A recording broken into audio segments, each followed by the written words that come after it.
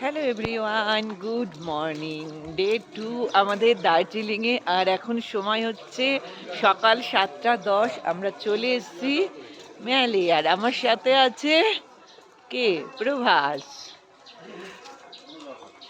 ঠান্ডা আছে, মোটামুটি ঠান্ডা আছে আর কি।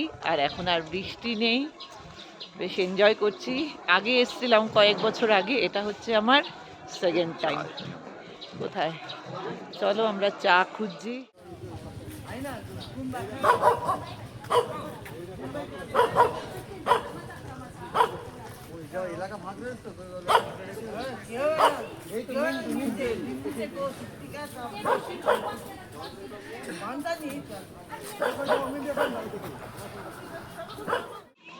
হ্যাঁ,